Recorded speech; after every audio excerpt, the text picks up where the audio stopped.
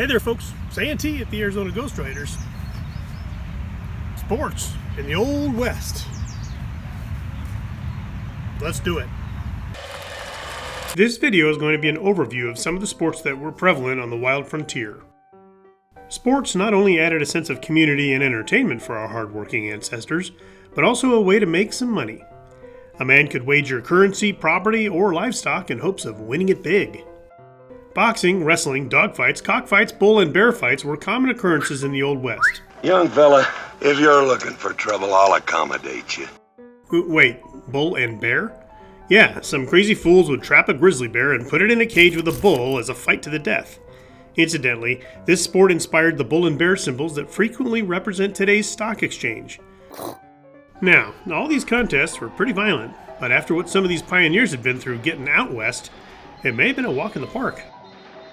Foot races, horse races, bicycle races, lumberjack games, skiing, golf, early rodeo, and even bowling were in the mix, with about a dozen other sports that saw action on the frontier. Well, that's different. Shut up, Bob. In 1874, military wife Martha Summerhays sat through a tennis match at Fort Apache. It was outside the line. Team sports in America go back to ancient Native Americans playing a game named lacrosse. Research tells me that this game didn't get too far west, but it is still a fascinating part of our history. After the Civil War, baseball was quickly becoming a favorite American pastime sport. In 1871, the National Association of Professional Baseball Players was established as the sport's first major league. With colorful names like the Chicago White Stockings and the Cincinnati Red Stockings, we see the beginnings of some of the oldest teams in American organized sports.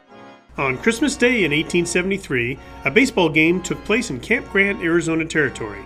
It was probably the most exciting thing to happen there in many years, until food was served at 1 o'clock and then the whole thing broke up. But hey, it was spreading west. Many notable frontiersmen participated as organizers and judges in the sports arena. For lawmen, it was a chance to make a little extra dough, and it was all legal. Bat Masterson was a famous Westerner, having been a lawman, buffalo hunter, and established shootist. Well, he had his fill of the Wild West, and moved to New York to become a sports writer for the New York Morning Telegraph. Incidentally, he died at his desk there on October 25th, 1921. Well, I hope you learned something this week. Please like, share, and subscribe, and I'll see you on down the trail.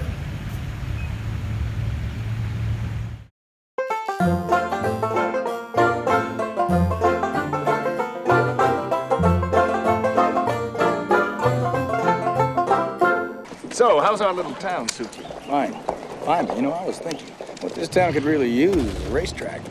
Really? That's not a bad idea. Send a signal we're growing up.